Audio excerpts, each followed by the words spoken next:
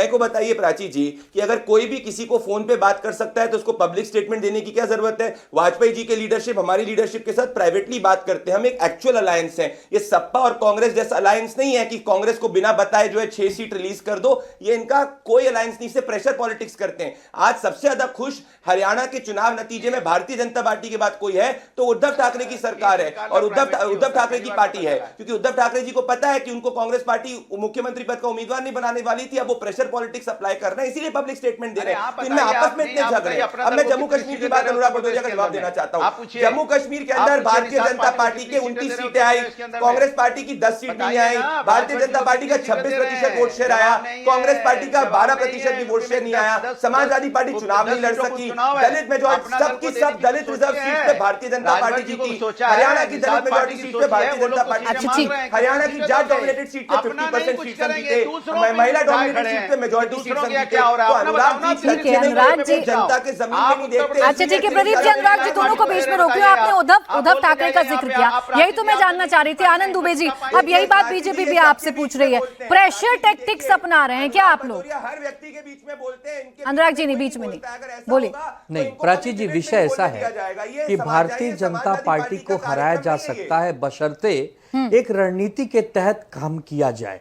जैसे हिमाचल में हराया गया, कर्नाटक में हराया गया, तेलंगाना में हराया गया, जम्मू कश्मीर में हराया गया।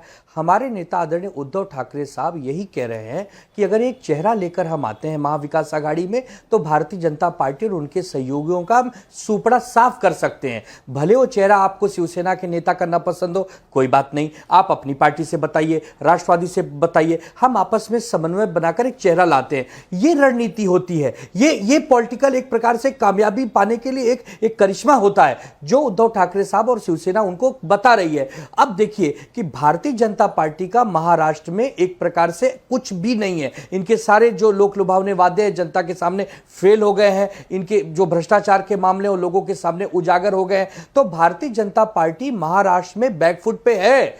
लेकिन अगर कांग्रेस पार्टी, राष्ट्रवादी कांग्रेस पार्टी और हमारी शिवसेना अगर मिलजुल कर रणनीति बनाकर जमीन पर उतरकर एक दूसरे को विश्वास में लेकर काम करेगी तब ये संभव होगा ना। चुनावों के ऐलान के बाद आप लोग आरोप प्रत्यारोप करिएगा, इस पर बहस भी हम करेंगे महाराष्ट्र में किसने क्या काम किया। बस एक बात बताइएगा, जब इतनी सारी कमजोरियां, मजबूरियां या इतनी सारी आप कह सकते हैं कि आप लोगों की बात करनी जरूरी है या ये बहुत नीडफुल चीज है कि आप एक दूसरे के साथ मिलकर चुनाव लड़ें, चुनाव से पहले याद नहीं आता? आप इतने अच्छे मित्र हैं तो ये जो कुछ था ये चुनाव से पहले क्यों नहीं समझा पाए आप कांग्रेस को? नहीं, हम वही तो कह रहे हैं कि कांग्रेस पार्टी के ऊपर एक शेर है कि भैया हम बेवफा हरगिज न थे, लेकिन हम वफा भी तो नहीं कर पा रहे हैं। कांग्रेस पार्टी हमारी मित्र है, कांग्रेस पार्टी हमारी सहयोगी है। ये नहीं दिखेगा अभी अनुराग भदौरिया जी को। एक मिनट बस, कुलदीप कुमार जी का एक कमेंट ले लो, उसके बाद कुलदीप जी, सफलता हाथ मुझे लगता है आप और आनंद जी आप ही दोनों हैं जो स्पष्टता से खुलकर बता रहे हैं कि क्या कमियां रह गई और क्या दुरुस्त करने की बातें हैं अभी।